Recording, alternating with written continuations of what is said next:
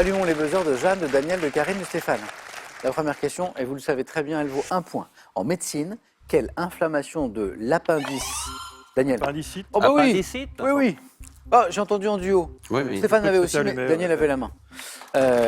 Bonne réponse. Et Stéphane avait aussi.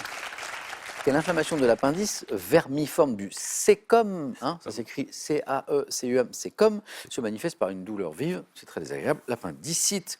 Daniel, 1 point. Pour 2 points, histoire.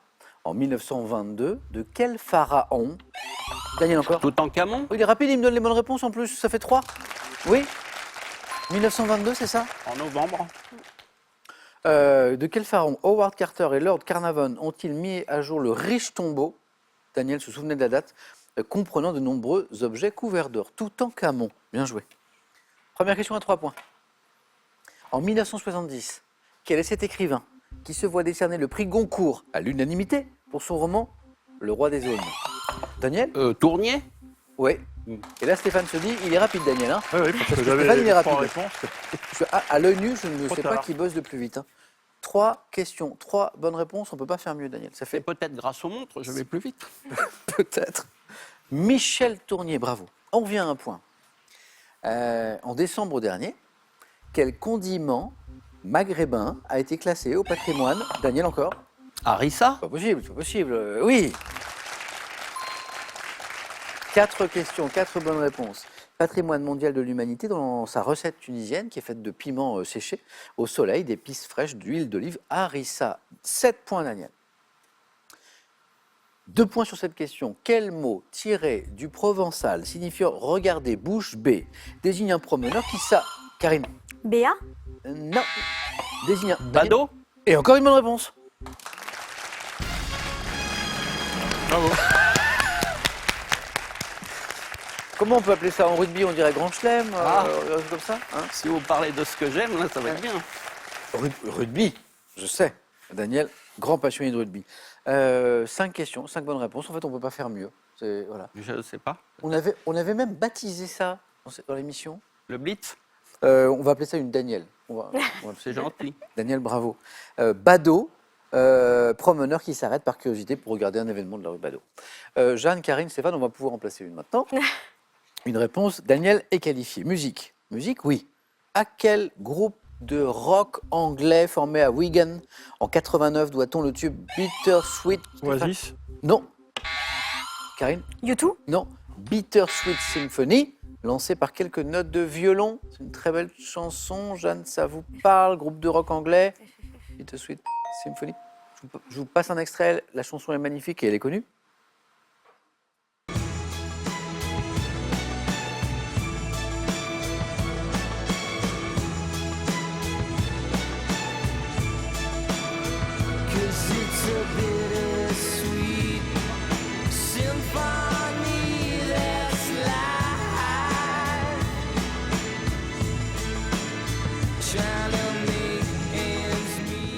Daniel connaît la chanson, mais le titre, Karine? FFF. Non plus. Non, The Verve. The Verve. Verve. Exactement. The Verve. Voilà.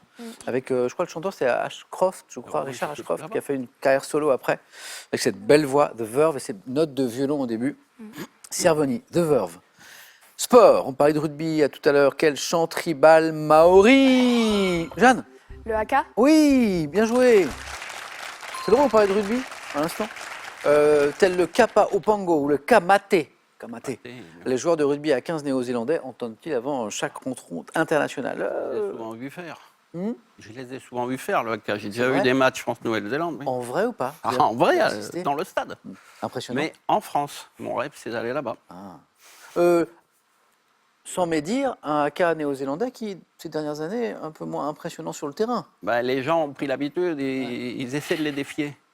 Oui, c'est vrai. On vient en contact un peu parfois, on a vu des belles Ouais. images comme Le ça. kamate, c'est le haka, on va dire, doux, et le kapofango, c'est le haka plus hard. Jeanne, bravo pour le haka. On continue. 2 points, toujours cinéma. En 2000, quel film de Wong Kar-wai évoque le rapprochement amoureux entre deux voisins? Magnifique, Jeanne. In the Mood for Love. Ah oui, Oui. on enchaîne le rugby et le cinéma. Ouais, exactement. Wong Kar-wai, magnifique film.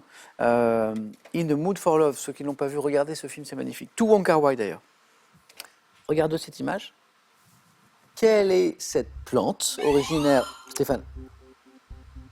Bégonia. Non. De Nouvelle-Guinée. Karine? L'hibiscus. Non plus. On tente, vous avez raison.